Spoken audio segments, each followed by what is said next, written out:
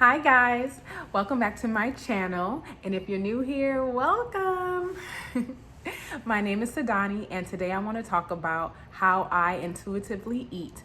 So if you're new here and haven't watched my video about how being vegan almost killed me, please check it out. This is kind of like a piggyback from that video.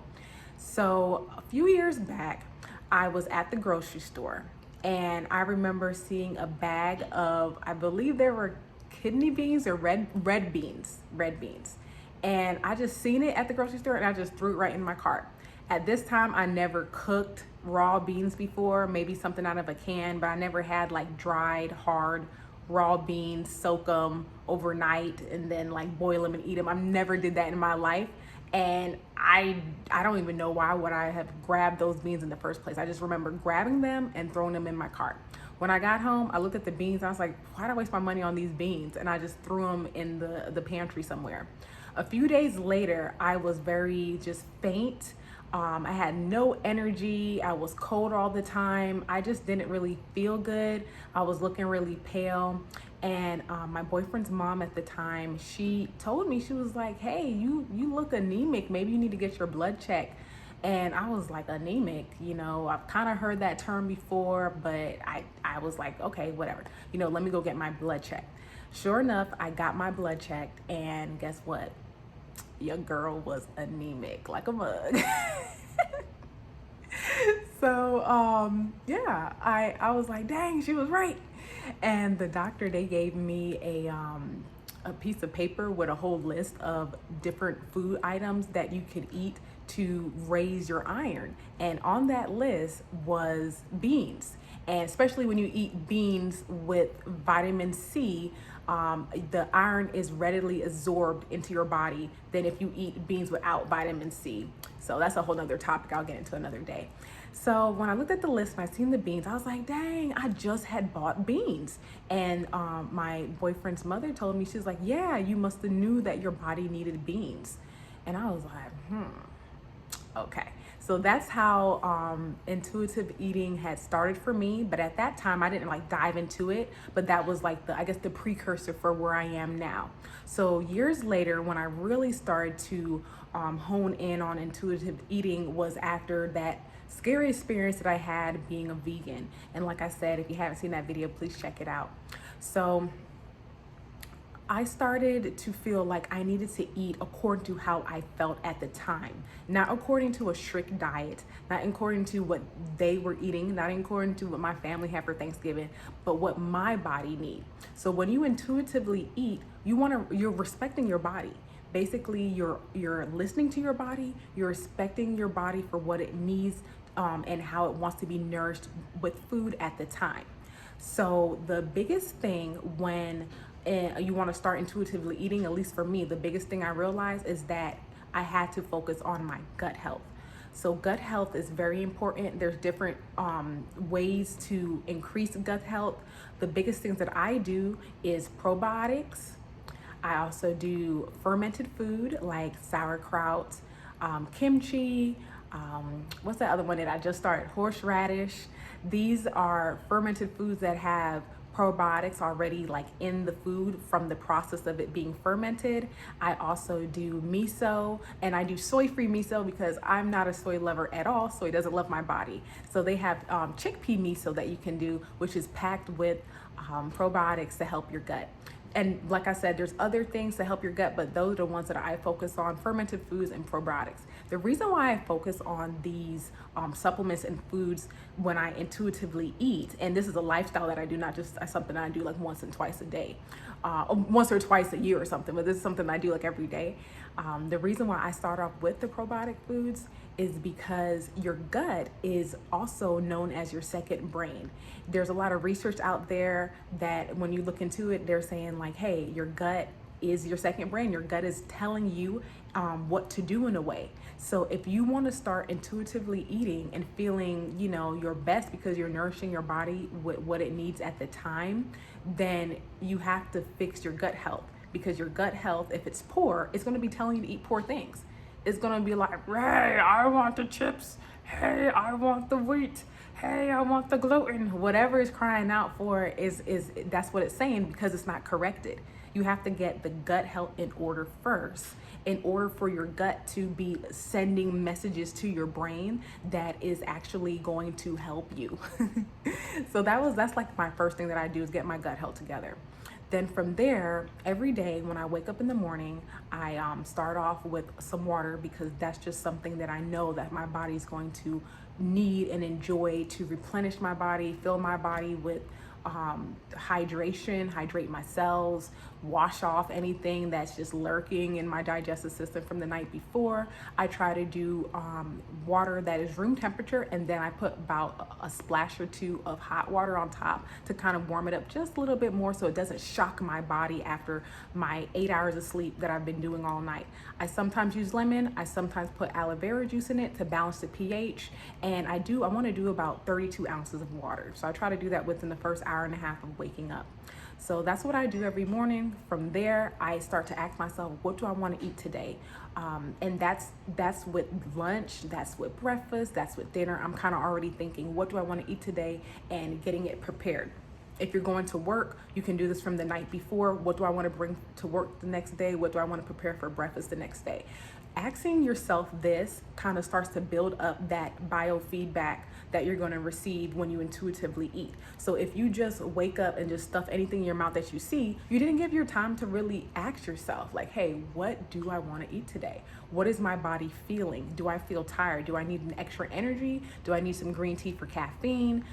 Just having that correspondence with your body definitely builds that sense of having intuitive eating. So that's the second thing I do after making sure my gut health is good. I ask, what am I going to eat today?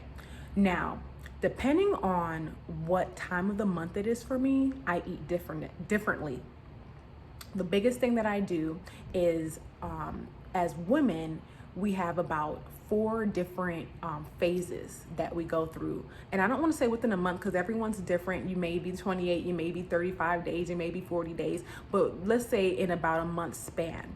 So we have the menstrual cycle, you have your follicular phase, you have your ovulation time, and then you have your luteal phase. So depending on what time it is of the month for me, that all goes into play with what I eat.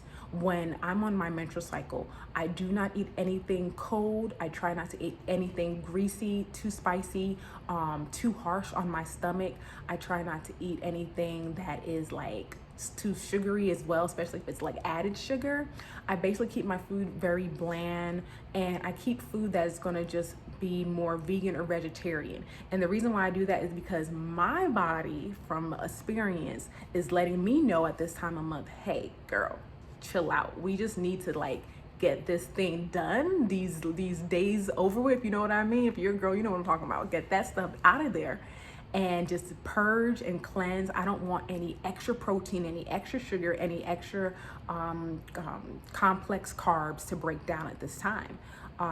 Well, not all complex carbs are bad, because sweet potatoes are pretty good as well. But overall, I don't want anything that is just, too processed at the time. So that's that phase. The next phase is follicular phase. And during this phase, I kind of have a little bit more fun. Usually when I'm in this phase, I'm like, hey, I've been through that crazy time. Now I'm just replenishing my body, building up. I am definitely diving into some more of organic chili, and I use ground turkey, and I make sure it's organic. I make sure it's the one with just like the 3% fat or something like that. Free range, no antibiotics. I know that this is working for me. I know that my body feels good after I eat these things, because I'm building back up my iron supply. I'm building back up my blood supply, because all that stuff that I just went through a few days ago in my menstrual cycle. I'm also eating these foods with vitamin C, because that's how it's absorbing more readily into my body.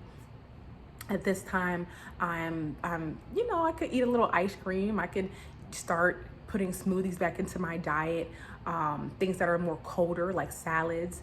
a lot of leafy dark greens, because I noticed that at this time of the month, that's what I'm desiring. That's what my body is craving. It's craving just those building blocks to replenish my body. During ovulation time, I treat it just like the menstrual cycle, honestly. For like 3 days during that time, I kind of go back to more warm foods. I go back to more comforting foods. I go back to foods that are vegan or vegetarian, easily digested. And then here comes the luteal phase. The luteal phase is when my body is like, is she pregnant? Is she not pregnant? She is just storing everything pretty much. At this time, I really try not to do any type of processed food or salty foods, because I don't want my body to start retaining water when it's already fluctuating with so much estrogen and progesterone that it's probably going to retain water naturally. I don't want to encourage my body in retaining water. So at this time, I kind of like have to fight those cravings, and it's really hard because during the luteal phase, right before your cycle starts, it's like it's hard. Like a lot of women, especially me, crave salty stuff and sweet stuff. I try my best to fight it. Sometimes I do not make it, but I know intuitively that those foods are not good for me at this time. So I do different things, like I won't purchase it, so it's not in my view when I open up the freezer or the pantry. And I do things to avoid eating it, or I try to substitute. Like I had recently got on this big kick with rice cakes, the ones that have a little bit of sugar and cinnamon like on top, or the kettle corn rice cakes. Those, once they're organic and have less than 6 grams of sugar, I eat one of those. Sometimes it helps me like kick that sugary sweet craving to the curb around that luteal phase.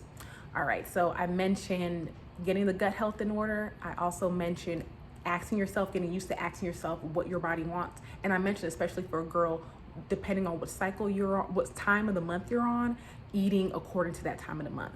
So lastly, I have looking into the menu before you go to the restaurant. If a homegirl or homeboy, somebody asks you, hey, let's go to the restaurant, and you're like, oh yeah, sure. You get to the restaurant and then you're just eating whatever they eat. You're not thinking intuitively. You're not asking yourself, hey, what does my body really want right now? What will be best for my body to eat? What am I low? Am I high? Am I craving? Or, do I need more protein at this time? You're not gonna ask yourself that. Because I don't ask myself that. When I go to these places and I'm having fun with my friends, I'm not thinking like, oh, hold on, girl, like what does my body need? I'm just diving in, whatever in the menu. That's, once again, I'm not that just diving in anything once it fits my general diet, but I'm not kind of thinking, what do I really need right now? So what I've been doing is, if I get a text message, hey, you want to go out, or I know that I'm going to a restaurant or eating out, I try to look at the menu before time so I can see if I need to make any substitutions, or I can already pin out and spot out what I'm going to eat while I'm there, so there's no surprises. So I'm already using 2-3 minutes to intuitively check in with my body to see what I need at the time. So overall, that's how I intuitively eat. I just been really taking the time to get used to my body and what it needs. I've really been journaling a lot, like food journaling sometimes, especially during the luteal phase of the month when I know I'm craving things more. And journaling and food journaling helps my mind process my thoughts, so I understand why I'm craving something, or I understand why I want to dive into this and what I really need to be diving into, because what my body is telling me that it needs at the time. So really tuning into your body, slowing down, doing some research about how you feel after you eat something. That's something else you can add to your food journal. And sometimes after you eat, let's say like I can't really do milk at all.